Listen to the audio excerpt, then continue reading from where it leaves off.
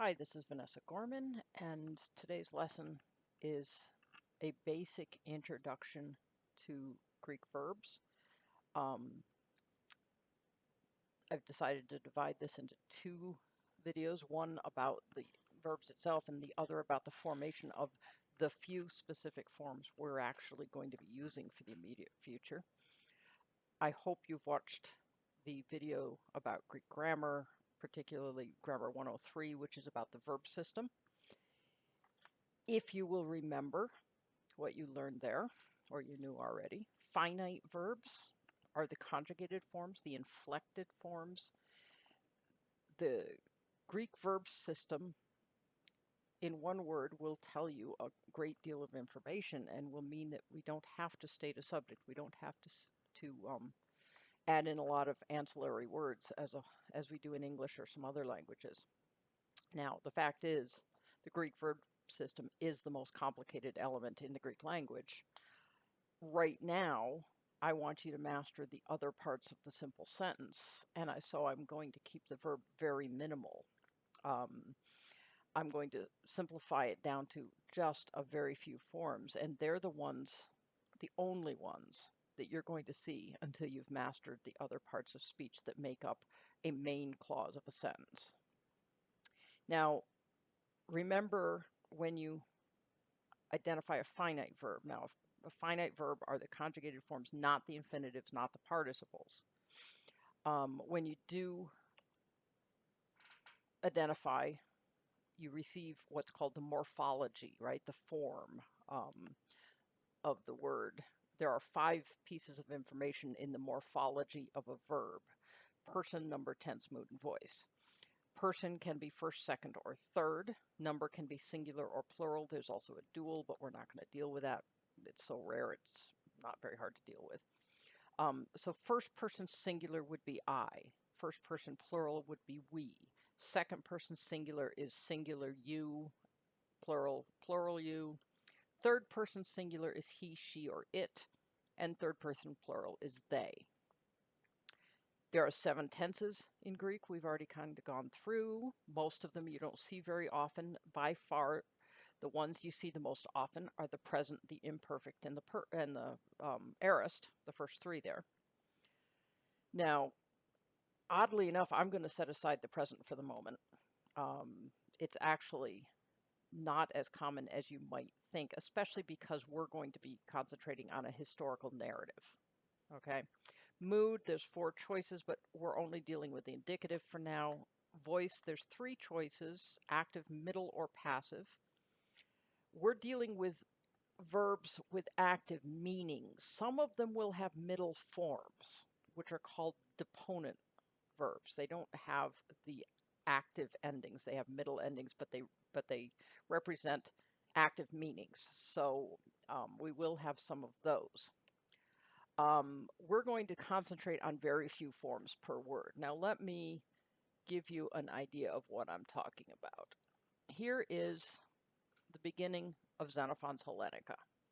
Okay, just the first couple of sentences. This is the text I'm going to be using as the heart of this course because I think it's straightforward. It's kind of interesting. You get great episodes like the 30 Tyrants and Argonautai and such. I've bold-faced the verbs, all of the finite verbs, the conjugated verbs.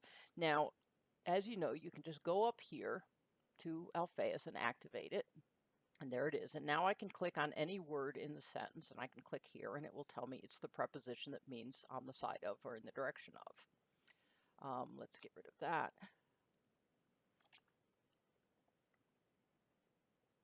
When you're reading any text at any time, you can just use Alphaeus or one of the other tools to simply analyze each word as you go along. You can look at that, and then you can look at this, and it will say it's the article, the word the, feminine, accusative, singular. Okay, well then there's gay, which is Gaia, or gay. Gaia is more the goddess. Gay is the earth, which is also feminine, singular, accusative. Aha, the earth.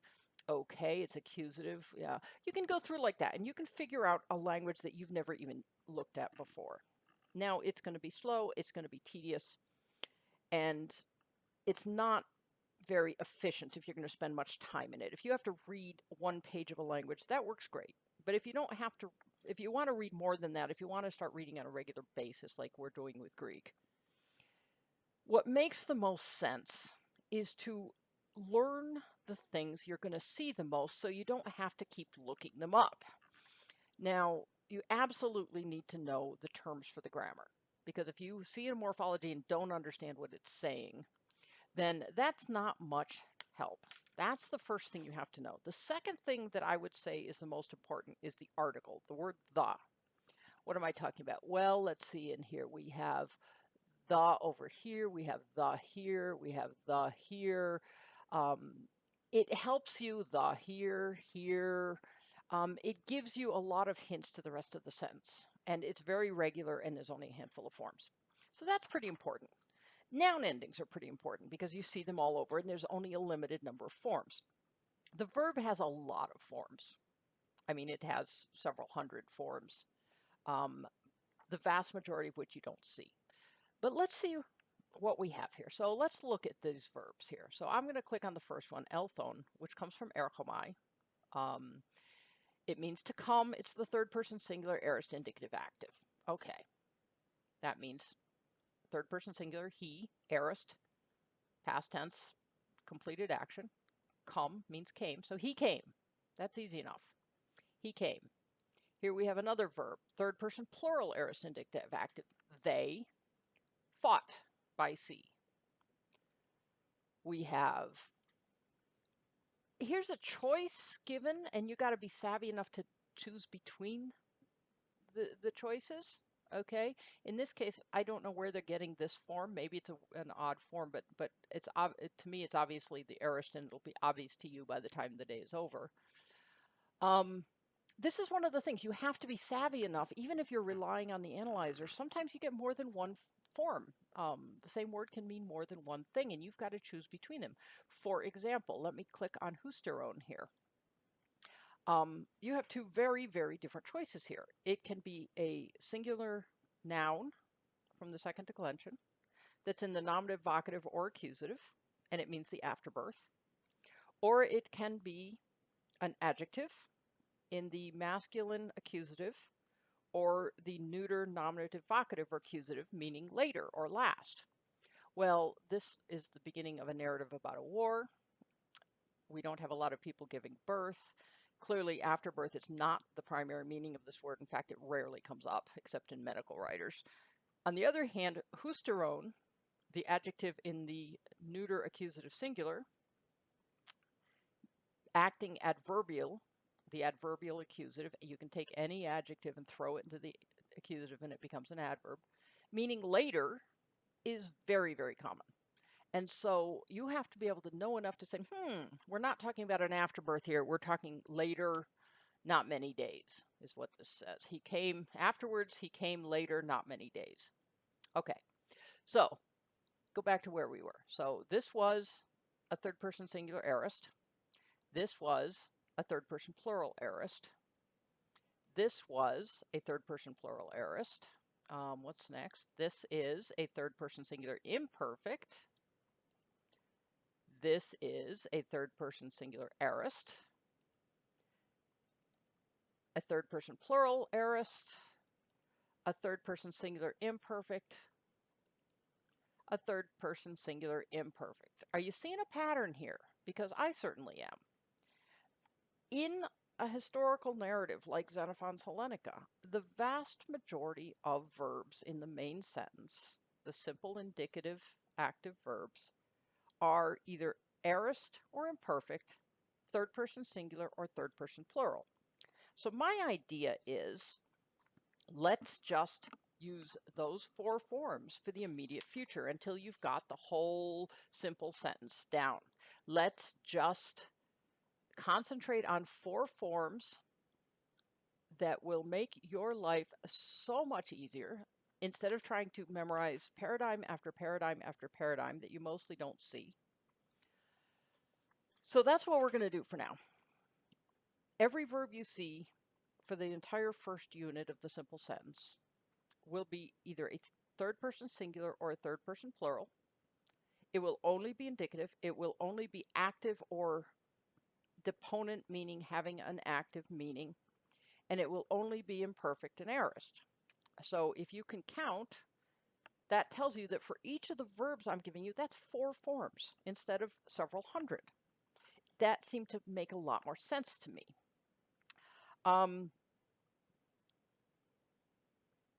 What I'm going to do in each chapter is give you a list of words that are the most commonly used that I'm going to call the common vocabulary.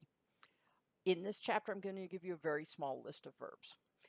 Every chapter will have sentences made up just from the common vocabulary, and then sentences made up with some new vocabulary, so that in each chapter, you can go through sentences that you should, if you've learned the vocab, you should know everything. If you haven't learned it, you can use alphaeus. But then also have a little bit of new vocabulary in order to learn how to deal with new vocabulary. So if you'll remember, the imperfect tense refers to action in the past that is incomplete or progressive or repeated. It can usually be translated was or were, but sometimes not, as in every spring the army marched into Caria, because that's a repeated action. So there's not a hard and fast rule. The aorist tense is typically the simple past, the completed action in the past, often can be translated ed. Sometimes these two are kind of bandied about without as much care as you might think. The fact is, most of the time, it doesn't really matter that much whether it's an aorist or an imperfect when you're just reading a text. Okay, it adds a little nuance. But most of the time, as long as you know it's the past tense, you can get along, right? If you need to dig deeper, you need to dig deeper. But how are you going to do that? How do you know what form you're looking at? Well, obviously, at any moment, you can use the morphological analyzer that gives you the lemma, it gives you the meaning, it gives you the morphology choices, and this is how you're going to deal with new vocabulary at any given time. It's the equivalent of looking it up in the dictionary, but it gives you more information faster. What if you need more information than just this? What if you've got a choice between various forms and you don't know where to go? Well, you might actually look in the full lexicon, and you've got the link in Alphaeus to the full lexicon entry. So if you've got various choices, or the choices that are given first don't match your context, you might dig deeper and find that deeper in the meaning there's some other uses of the word in a slightly different nuance that fits your setting better. Okay, so you can always look these things up. But again, you don't want to look up every single word in a sentence. It's too slow, it's too tedious. I'm going to offer you shortcuts. I'm going to offer you a way to memorize only the most common verbs and only the most common forms of those verbs. If you don't even memorize them, you're going to have them on a one-page chart. Okay, so you can keep them next to you, and the more you see them, the more you will learn them just by simple repetition. And these charts are going to just include the 4 forms we talked about. You can just simply memorize the chart I give you, right? For me, memorization doesn't work as well if I don't know the rhyme behind the reason, or the reason behind the rhyme, I guess I should say. If I don't know the system, it's harder to memorize. If I understand what's going on, even if there's exceptions to the rule and funny things happen, it helps me to learn. So that's what I'm going to go through, is how we arrive at these forms. Now, let me start by saying there are 137 verbs that occur more than 20 times in all of Xenophon's Hellenika, which is the size of a decent-sized paperback book. Of those 137, some of them are compounds of the same word. So bino means to go, kata means down. So kata bino means to march downhill, whereas ana bino means to march uphill. There's 3 words, but they're all bino as far as I'm concerned. You just have to know the prepositions that are used as prefixes. I have selected for now 35 of these verbs. They're the ones that will get us through the simple sentence. They're the ones that are seen quite often in just basic narrative. They don't require infinitives or participles to complete their meanings or anything like that. So I've just chosen out 35 of the most common ones, and I'm going to give you various forms. You will have the lemma listed alphabetically under the lemma. The lemma is what you would look it up in the dictionary. Um, in this case, the lemma is always the same thing for a verb. It's the first person singular present indicative active. I walk. I am walking. Unless the verb is defective and doesn't have a first person, which some verbs don't, but there's not very many of them. Verbs, as a rule, have 6 of what are called principal parts. Now, you're not going to memorize these. I never memorized these, even in the old system of teaching, because there's too many of them. You should know basically, what they look like. You should be aware they exist. You can look these up in a grammar book like Smythe. So the vast majority of verbs are regular, and their forms are very regular. And so if you look them up in the lexicon, all you're going to see is the first person singular present indicative active, because everything else forms in a very regular way. But a lot of verbs, and of course the verbs that we use the most often, are irregular in one form or another. And what will happen in the lexicon, it won't list all 6 principal parts generally. It will list the ones that are strange. It will tell you the aorist is this, or the aorist passive is this, or the future is this. In the back of Smythe, there's a glossary or an appendix that lists all the principal parts of the odd words. So you can always look them up there. But for the most part, you don't need to, because you're going to have Alphaeus, you're going to click on it, and it will tell you what it is. So you shouldn't have to worry about it. Examples of principal parts. Now, the first one is very, very regular. Thuo, I sacrifice, becomes the future, I will sacrifice, the aorist, I sacrificed, the perfect, I have sacrificed, the perfect middle, I am sacrificing for myself, and the aorist passive, I was sacrificed. I was sacrificed, yes. But you see they look differently, right? Now, we're just concerned with the imperfect and the aorist. The imperfect is formed from the present stem, so it's the first principal part, the word you'd look up in the dictionary, the lemma. The aorist is formed from the third principal part, and it has some regular changes that take place. So we're going to be looking at these 2 forms only to get the forms that we care about.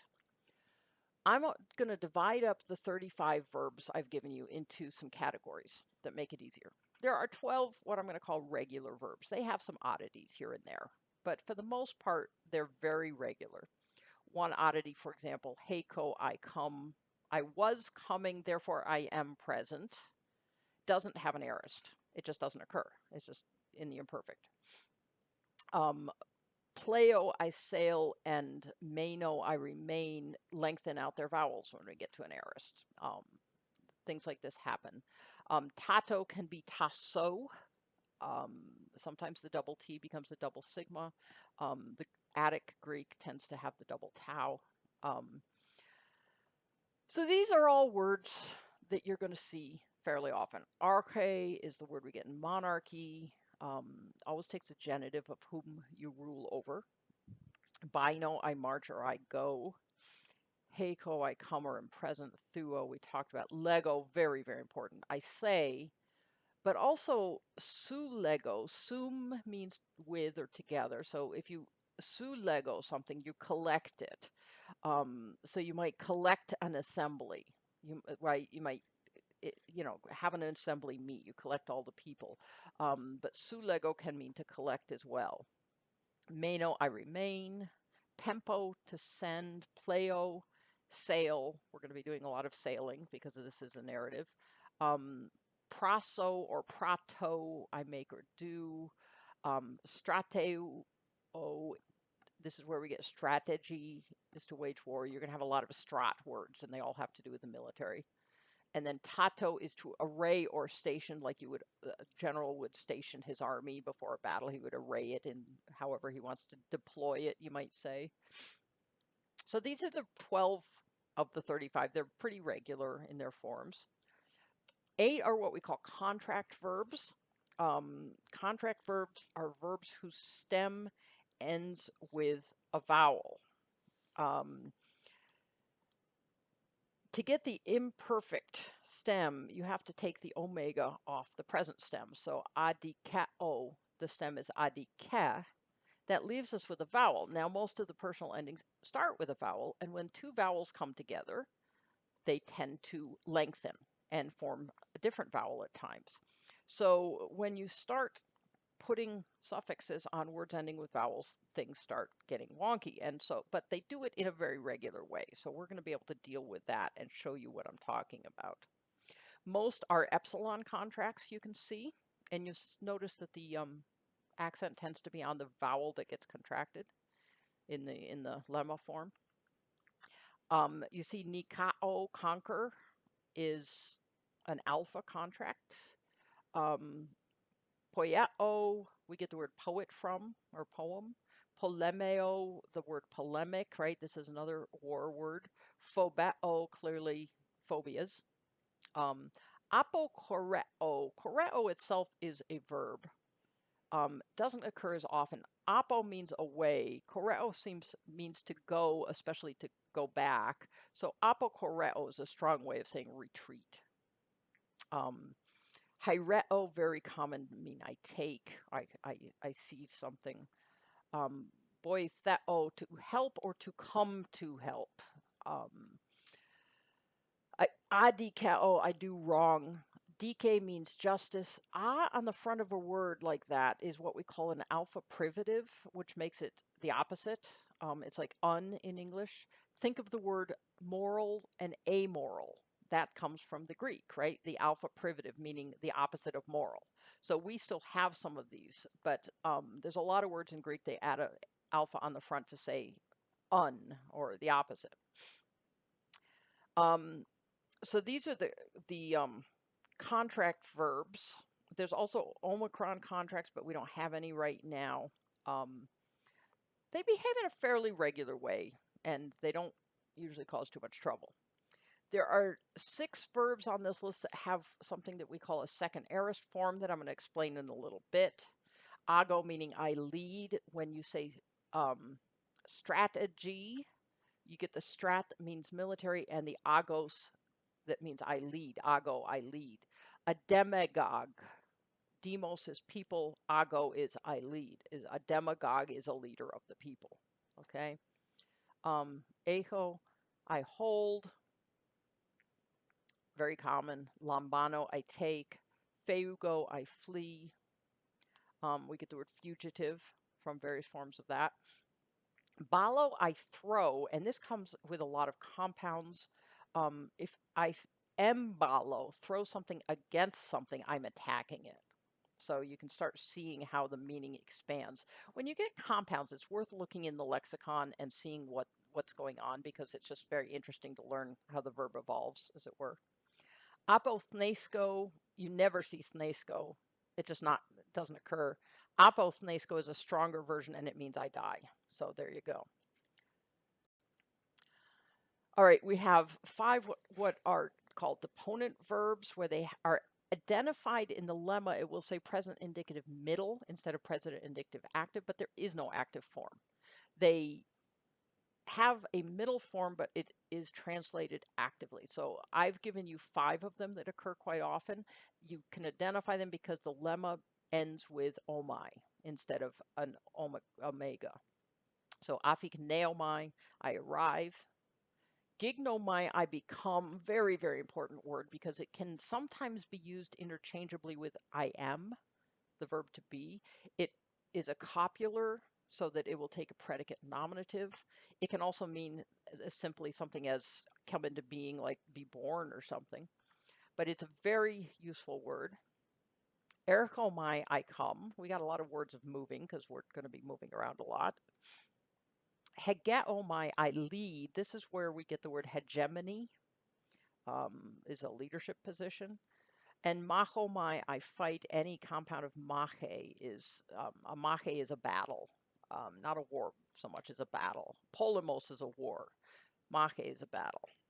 And then finally, we get 4 very irregular words called me verbs because they end with me. There's altogether, I don't know, 10 or 12 of these me verbs that you see ever. The 4 most common in Xenophon are these 4. Ami is the verb to be, and that's obviously the most important verb in the language. Histe me, meaning I stand, but also I set up. Kata histe me can mean I cause people to rebel. I'm causing them to stand up to authority, kind of thing, or I induce them to. The compounds can get really interesting, so don't be afraid of the lexicon. Ditto me, I give. Apolumi, I kill. There's also a common one, tithe me, that means put or place. There's some that mean to go that look a lot like Amy. There's one that means to throw, but these are the 4 we're going to see the most for the time being. So I have given you a chart, a handout for this unit, and this is the first half of it. These are the verbs I'm going to concentrate on. These are the verbs that will be the only verbs you see in the sentences in each chapter labeled common vocabulary.